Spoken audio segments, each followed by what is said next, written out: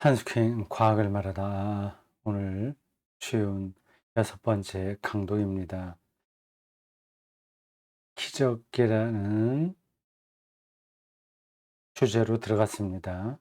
기적을 주제로 해서 많이 다루는 건 아닙니다. 지구가 생명 친화적인 행성이지 않습니까?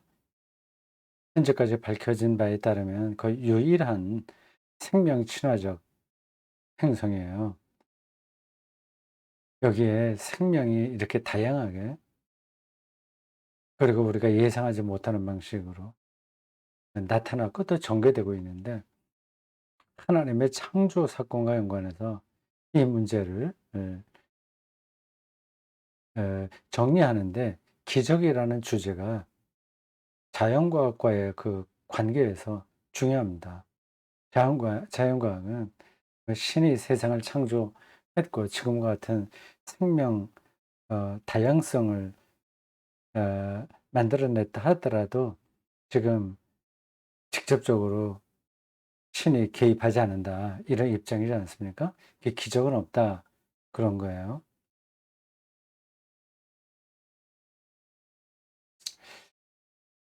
그러면 우리 기독교인의 입장에서 기적이 있다 이렇게 말을 해야 될까요? 근데 그 기적이 뭐냐 하는 그 질문부터 시작을 해야 될 것 같습니다. 그래서 지금 당장 공을 이렇게 이 지구에서 던졌는데, 우리가 기도했고 또 기도의 응답을 받아서 이 공이 일정한 거리를 가다가 밑으로 어 그 중력의 힘에 의해서 떨어지는 게 아니라 계속 날아가는 이 일은 벌어지지 않은 거죠. C.S. 루이스 책에서 읽었다고 제가 기억됩니다. 이런 얘기를 하더라고요. 그 기적 문제를 다루고 있는 제목이었습니다. 우리가 기도한다고 해서 그 폭력배가 이 칼로 사 사람을 찌르려고 할 때 그 칼이 순식간에 꽃으로 변할 수 있냐? 이건 일어나지 않는다는 겁니다. 그런 식으로 기적을 생각하면 말이 안 되는 거죠. 근데 그런 거와 비슷한 것으로 느낄 수밖에 없는 이야기들이 성경에 또 있어요. 물이 포도주가 된다거나 죽은 자를 살리는 일들도 있고, 한두 가지가 아닙니다. 이 기적 문제를 어떻게 다루냐 하는 게 이 세계의 생명 현상과 그것의 지속성을 말할 때 자연과학과 우리 신학의 어떤 차이점을 볼 수 있는 기준이 됩니다. 좀 조심스럽게 따라가 봐야 되겠습니다. 한스킹이 여기서 그 기적 문제를 이게 자세하게 다루지는 않습니다. 그냥 관점만 이야기를 해요. 210쪽입니다. 이스라엘 백성의 이집트 탈출을 둘러싸고 벌어지는 기적 사활을, 출애굽 사건이요. 10가지, 9가지, 10가지 재앙이 있죠. 음, 9가지, 이는 9가지는 자연 내에서 벌어지는 기적이라고 한다면, 나일강이 핏빛으로 변한다거나 지팡이가 뱀이 된다거나, 마지막 10번째 기적은, 그건 좀 어려운 문제입니다. 아, 하나님이 그렇게까지 하시나? 이해하기 힘들죠. 그 이집트에 있는 사람들, 사는 사람들, 큰아들과 그 동물 중에서 맛배가 다 죽는다는 얘기입니다.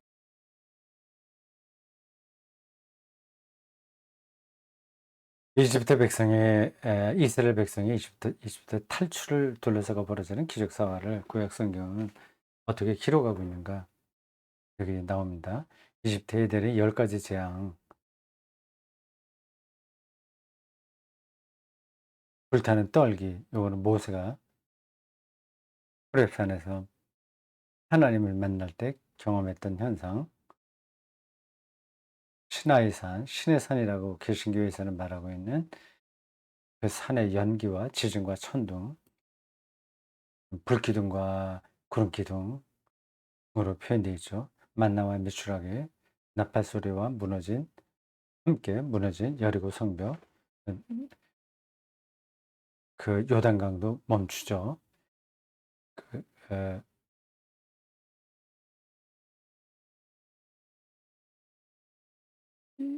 이스라엘 사람들이 애굽을 떠날 때 홍해가 갈라진 것처럼 모세에 의해서 된 것이고, 여호수아와 함께 여리고를 들어가기 직전에 요단강 도하 사건이 있는데, 그때에도 기적적인 일이 일어납니다. 해와 달의 정지, 이 전쟁에서 벌어진 일, 경제의 치유, 뭐 엘리야와 엘리사 이야기 많이 나오죠. 죽은 이의 소생, 그리고 불병거를 타고 승천한 엘리야, 이런 것들입니다. 기적은 신약 성경에도 계속된다. 이를 어떻게 해석할 것인가? 뭐 해석은 무슨 해석? 있는 그대로 믿든지 말든지 그 차이가 결정할 일이지, 이렇게 생각할 수 있습니다. 뭐 이 기적만이 아니라 성경은 전체가 다 해석되어야 됩니다. 해석이에요. 그러니까 문자가 어떤 근원적인 세계를 손가락으로 가리키고 있거든요. 그 손가락을 보는 게 중요한 게 아니라 그걸 통해서 그 손가락이 가리키고 있는 방향에 벌어진 일을 보는 게 중요한 거죠. 그러려면 해석을 해야 됩니다.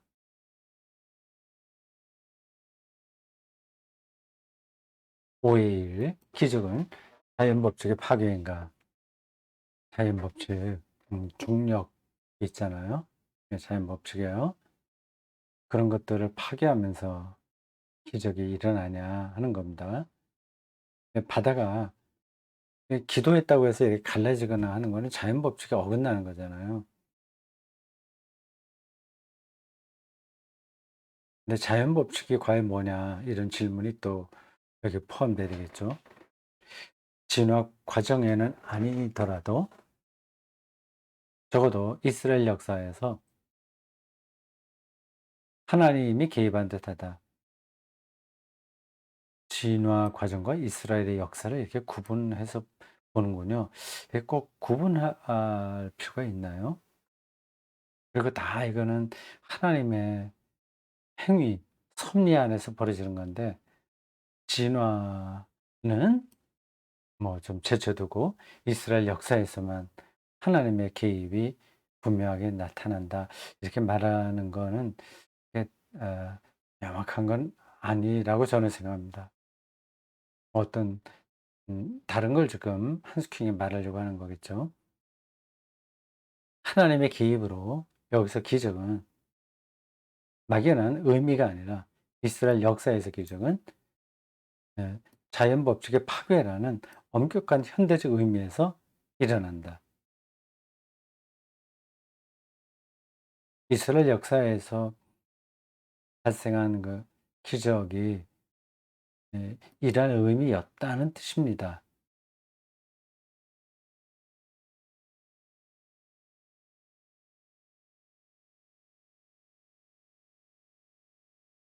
실제로 해가 멈추고 달이 멈췄다, 그 뜻이 아니라 그 당시 사람들에게는 그렇게 해석된 겁니다. 나는 다만 주요 성경 주석가들의 견해와 일치하는 몇몇 사안만 간략히 짚고 넘어가려고 한다. 이 직역이라서 좀 어색하게 표현이 됐습니다. 신학자들의 전공이 다 달라요. 역사를 다루는 사람도 있고, 그 책의 도구말을 다루는 사람도 있고, 성경을 주석하는 사람도 있습니다. 성서 신학자죠. 네, 주석은 성경을 해석하는 거하고는 좀 다른 차원이에요. 주석과 해석이 비슷하긴 한데 차이가 있습니다. 주석은 그 성경 자체 안에 있는 구도로 그 본문을 설명하는 거라고 하면, 해석은 어떤 철학이나 인문학 이 전체적인 관점을 다 포함해서 기독교의 체계를, 그 성경 문자죠. 그 다 연관되는 건데 그걸 풀어내는 겁니다. 주석은 조금 이 성경이라고 하는 한계 안에 머문다면, 해석은 더 넓은 관점을 가리킵니다. 자기와 동의하는 성서 주석가들 이야기를 해보겠다고 하는 겁니다.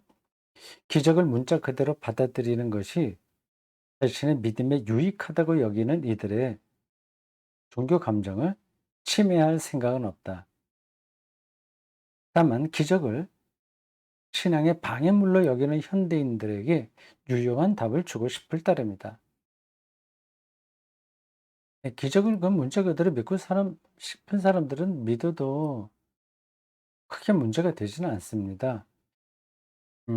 문제가 되지 않는다는 말은 그걸 근거로 해서 자연과학과 대립한다면 문제가 되죠.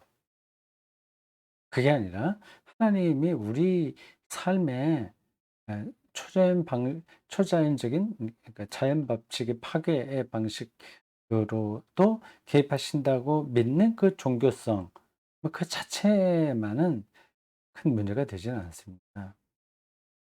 성숙한 신앙이라고 할 수는 없는데, 아주 어린아이들이 어머니와 아버지를 초인적인 존재로 경험하잖아요. 그렇다고 해서 그 어린아이가 어머니와 아버지에 대한 그 느낌, 감정이 틀렸다, 이렇게 말할 수는 없는 거 아니겠습니까?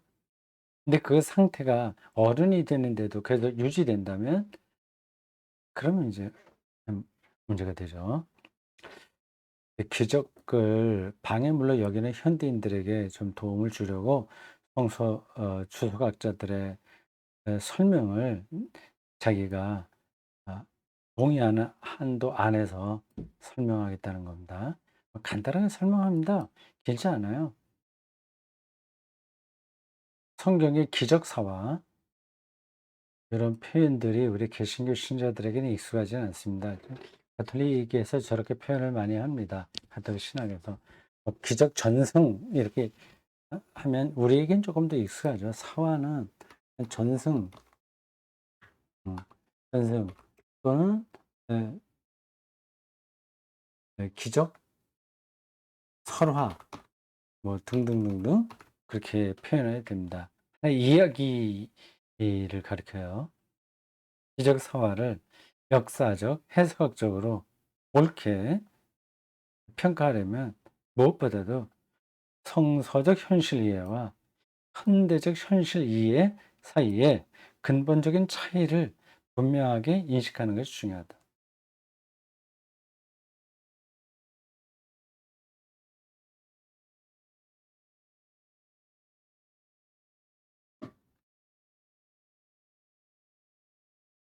성서적 현실 이해. 2000년 전 혹은 2500년 전 당시에 리얼리티를 어떻게 이해하고 있느냐 하는 걸 알아야 된다는 겁니다. 조금 아까 제가 비유적으로 설명한 어린아이와 부모의 사이에서 벌어지는 교감 같은 거예요. 그 어린아이들에게는 어머니 아버지를 이렇게 체온으로 느낍니다. 어머니의 냄새, 촉감, 아니면 목소리, 이런 걸로 어머니 아버지를 실감하는 겁니다. 그게 현실 이해라는 거예요. 옛날 사람들은 그 현실 이해가 오늘하고는 달랐습니다. 현대적 현실 이해는 대단히 자연과학적인 거죠. 근데 그 성서 시대는 주술적이라고도 할 수 있습니다.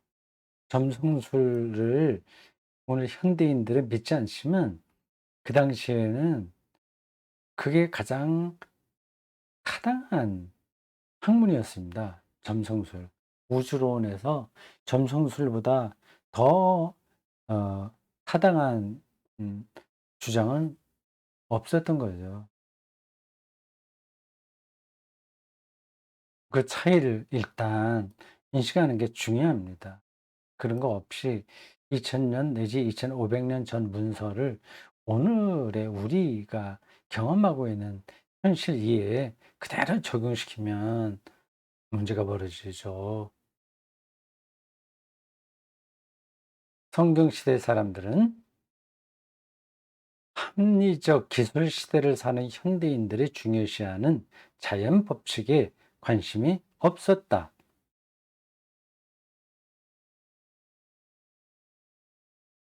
과학적 사고가 결여된 시대였으므로 오늘 우리가 생각하고 있는 그런 방식의 과학적 사고가 결여된 시대였으므로 기적을 자연 별의 파괴나 완벽한 인과관계의 훼손으로 이해해야 할 이유도 없었다. 그 당시에는 그게 별로 중요하지 않았다는 겁니다.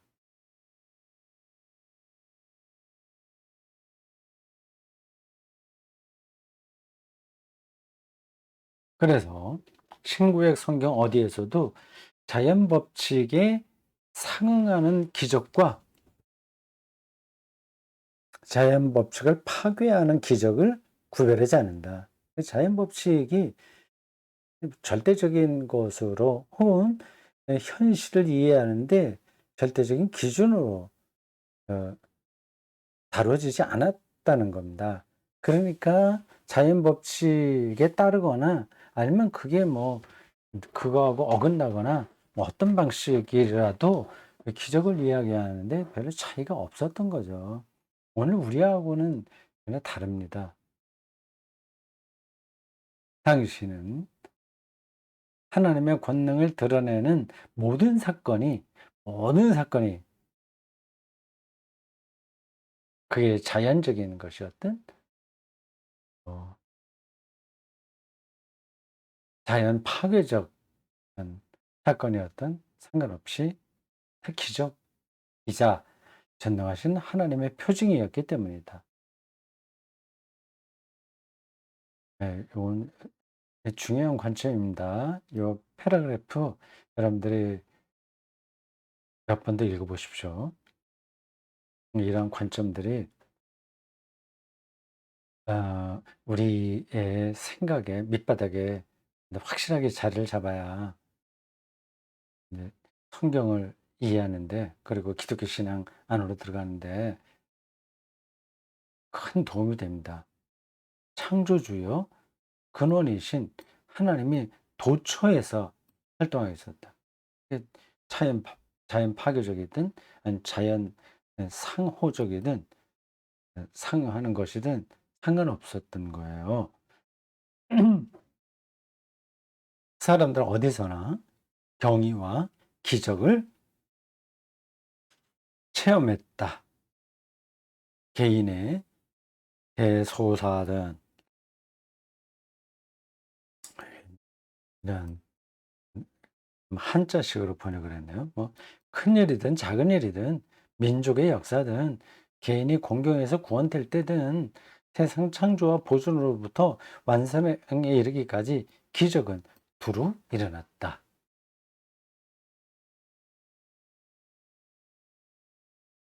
이게 이 기적이 성서시대 사람들에게는 아주 자연스러운 거였습니다. 저거는 좀 과학적으로 좀 말이 안 되는데 이런 음 게 나올 수 없었어요. 사실 앞에서 제가 비유로 든 어린아이와 부모의 관계를 생각하면 됩니다. 그 아주 어린아이들에게는 어머니 아버지 경험이 하시는 일들이 이 자연적으로 맞냐 과학적으로 맞냐 틀리냐 그런 건 중요하지 않았습니다. 모든 게 아버지, 어머니 하시는 모든 것들이 다 그 자기가 감당할 수 없는 아주 초자연적인, 아주 초능력적인 그런 일들인 거죠. 여기 한스퀸이 요 기적에 대한 성경을 우리가 읽을 때에 필요한 아주 중요한 관점을 정확하게 묘사했습니다.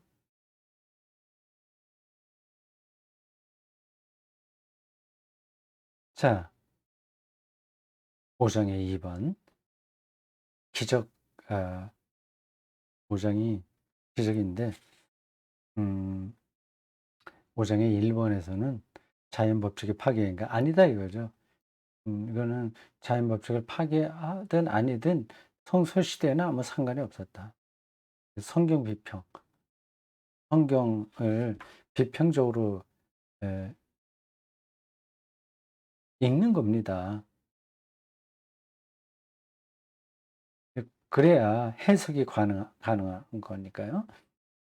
역사 비평적 성서 해석과 역사 비평적, 이 성경이 역사를 초월해서 하늘에서 뚝 떨어졌다고 보지 않는 거죠. 인간 삶의 역사 안에서 형성된 문서로 보는 겁니다. 그러면 그 역사 라는 그 관점에서 그걸 접근해야 되죠. 그게 역사 비평적 성서 해석입니다.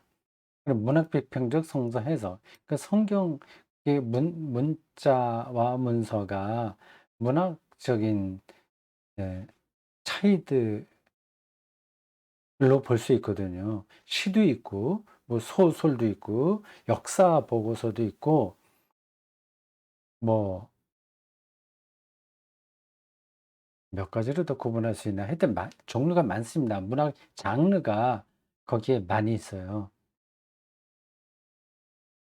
그런 연구들을 지금까지 많이 했는데 그런 것들을 우리가 진지하게 받아들여야 된다 하는 거죠. 역사 비평 성서 해석과 문학 비평 성서 해석.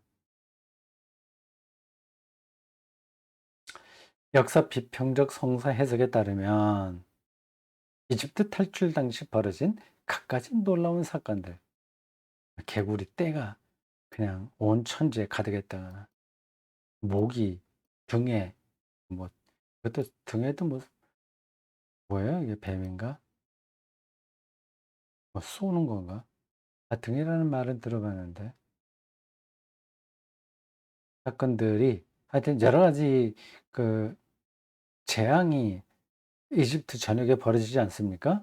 거기에 나오는 그 놀라운 사건들, 그 당시에는 그걸 하나님의 직접적인 개입으로 말을 했으나 뭐 그러한 전염병이 돌고 이런저런 그 메뚜기 떼들이 나타나고 하는 거는 그 당시에 자연적인 현상이었죠. 이것이 팔레스티나와 인접 국가에서는 통상적 나오네 자연 현상이었으므로 그 당시 사람들의 믿음에 아무 문제도 일으키지 않았다.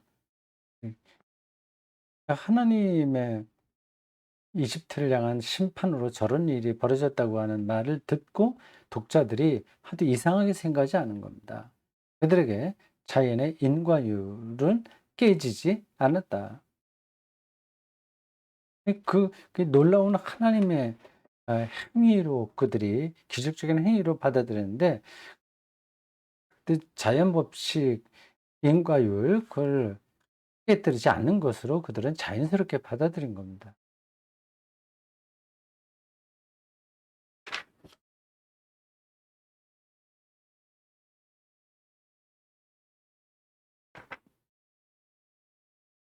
그러나 문학 비평적 성서 해석에 따르면 기적 사화는 역사적 사건 기록과 무관하다. 같은 사건 갈대바다, 이 홍해를 얘기하는데 뭐 갈대로 쌓인 늪으로도 번역이 가능한 건데요. 그 사건입니다. 사건이 다양한 전송으로 전해지는데 이게 쭉 전승되다가 조금씩 변형되겠죠. 이때 기적적 효과는 나중 것에서 더 고조된다. 그 문서들을 쭉 살펴보면 그 차이가 보인다는 겁니다. 또 찬가, 민중 설화, 궁중 연대기 등 상이한 문학 장르 간에도 현저한 차이가 존재한다. 해와 달의 기적, 예언자 엘리야와 엘리사의 음식 기적, 죽은 이를 되살린 기적, 물고기 뱃속의 예언자 요나의 기적 같은 이야기들은 명백한 성담에 연결된다. 성담. 그거는 그 어떤 종교적인 위인들에게 따라다니는 신화, 설화, 뭐 그런 것들이죠. 그건 뭐 다른 에, 나라의 이야기에도 나타나는 겁니다. 여러 영웅들에는 그런 성담이 따르게 되어 있습니다. 성경의 기적이 자연 법칙의 파괴라는 것은 역사적으로 증명될 수 없다. 네. 근데 자꾸만 기적을 자연 법칙의 파괴라고 보는데 그건 아니다. 그렇게 될 수 있다고 여기는 사람은 하나님의 자연 법칙을 막 파괴하면서까지 특별하게 어떤 일을 하셨어. 이렇게 생각하는 사람은 증명의 부담을 지니게 될 것이다. 그래서 증명해야 되는데 증명 못 하거든요. 물론 성경의 기적 사화에서 우선적으로 중요한 것은 사건 자체의 스토리가 아니라 그것의 의미이며 의미, 진술의 형식이 아니라 내용이다. 그쵸? 의미. 의미가 중요하고 내용이 중요하죠. 기적 사화의 효용은 지식 전수가 아니라 거기서 자연과학에 대한 정보를 우리가 얻으려고 하는 게 아니라 경탄을 자아내는 데 있다. 기적 사화는 경건한 경의를 불러일으키는 부담 없는 민담이다. 이게 중요한 거죠. 경건한 경의, 놀라움, 하나님 찬양. 이게 핵심이지. 거기서 뭐 실제 달이 멈췄다, 해가 멈췄다, 뭐 요단강이 뭐 갈라졌다 말았다 이런 것들은 중요하지 않은 겁니다. 그냥 형식에 불과한 거예요. 더 깊은 의미는 따로 있다. 그것은 곧 신앙을 위한 거죠. 신앙을 불러일으키려는 게 핵심인 거죠. 그 대목까지 봐야 되겠습니다. 기적 곧 이야기에서 음 결국은 자연과학적인 정보를 우리가 거기서 얻는 게 아니라 신앙을 배우는 거다. 기적은 하나님 권능의 표징이다. 주님께서 우리에게 큰일을 하셨도다. 기적 사화는 하나님의 말씀을 해석하고 믿음을 강화하며 하나님의 권능과 선하심을 선포한다. 이걸 붙들어야 되는 겁니다. 신앙은 기적이 일어나기를 요구하지 않으며 이런저런 일들이 진짜 기적이라고 우기지도 않는다. 예. 이 불치병에 걸려서 뭐 암이나 뭐 이렇게 걸려서 죽을 사람 기도해서 낫다. 나을 수 있습니다. 근데 그걸 꼭 기적이라고 말할 건 없어요. 다만 바라는 바는 사람 안에서 활동하시는 하나님을 믿는 것이다. 기적은 그분 활동의 표징이다. 표징이라는 게 중요한 거죠. 그분 활동의 표징. 중요한 것은 신의 산의 지진이 아니라 그때 모세가 들은 하나님의 메시지다.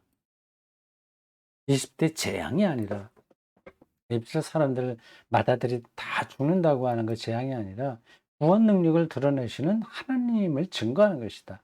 바다를 가르고 마른 땅을 걸어 들어간 사실이 아니라 홍해가 갈라지는 게 중요한 게 아니라 이스라엘 백성이 해방의 하나님으로 경험한 그 하나님의 메시지다. 자연 법칙을 전복시키지 못하는 시적 은유처럼 성경 기적도 그런 은유로 존재한다. 메타포예요. 꼭 기억하셔야 됩니다. 제가 저는 강조한 이야기입니다. 성경을 메타포로 읽어야 된다. 사실 보도보다 훨씬 의미가 있는 예, 차원을 붙드는 겁니다. 기적 체험은 합리적, 과학적, 기술적 세계 이해와 경쟁하지 않는다. 그렇죠. 이건 정보를 우리들에게 제공해 주는 거예요. 우리는 정보 너머에 그 정보 자체가 담아낼 수 없는 그 궁극적인 현실을 ultimate reality를 말하는 겁니다. 그걸 경험하는 겁니다. 그러니까 경쟁할 필요가 없는 거예요. 기적사화는 하나님의 존재를 증명하려고 들지 않는다. 다만 세상 안에서 그분의 행위를 암시하고자 할 뿐이다. 기적이 암시하는 바는 악의 원리가 아니라 그분께 대한 믿음을 통해서만 명료해진다. 악에 대한 두려움을 신앙은 중요하게 다루지 않습니다. 그걸 무서워하지 않습니다. 기적 사회의 메시지는 육체와 정신, 공간과 시간, 개인과 공동체를 포괄하는 자연 모든 차원에서 인간을 향해 있다. 이 메시지는 무엇을 선포하는가? 세계와 인간을 저들 운명에 맡긴 채 세상사의 무심한 불변의 하나님이 아니라 무심한 고통의 고통을 외면하는 그 하나님이 아니라 세상의 운명에 개입하고 민족과 개인에 관여하는 하나님을 선포한다. 세계와 인간을 홀로 버려두지 않는 하나님. 역사가 인간에게 어둡고 불행한 숙명이 아니라 믿음으로 인식할 수 있는 사건들의 연관이 되게 하는 하나님을 선포한다. 그걸 은유적으로 상징적으로 가리키는 게 기적 사화입니다. 기적 사화를 성경에서 빼버리면 안 돼요. 그거는 하나님을 찬양하고 인간의 운명에 하나님이 비밀한 방식으로 개입하신다는 암호이기 때문입니다. 진화적 세계 이해에서도 과학적인 이해에서도 성경의 상징과 기적들은 옳게 해석될 수 있다. 그럼에도 여기까지는 정리가 됐어요. 그럼에도 신학적 근본 질문은 제기된다. 그건 뭐냐? 하나님의 에, 하나님이 그냥 고고하게 인간 운명에 무심한 채 높은 곳에 존재하는 게 아니라 개입하신다면 그분의 활동인데 그건 어떻게 그거를 실제적으로 볼 수 있냐 그런 질문을 하게 된다는 겁니다. 그 질문 다음 시간에 나오겠습니다.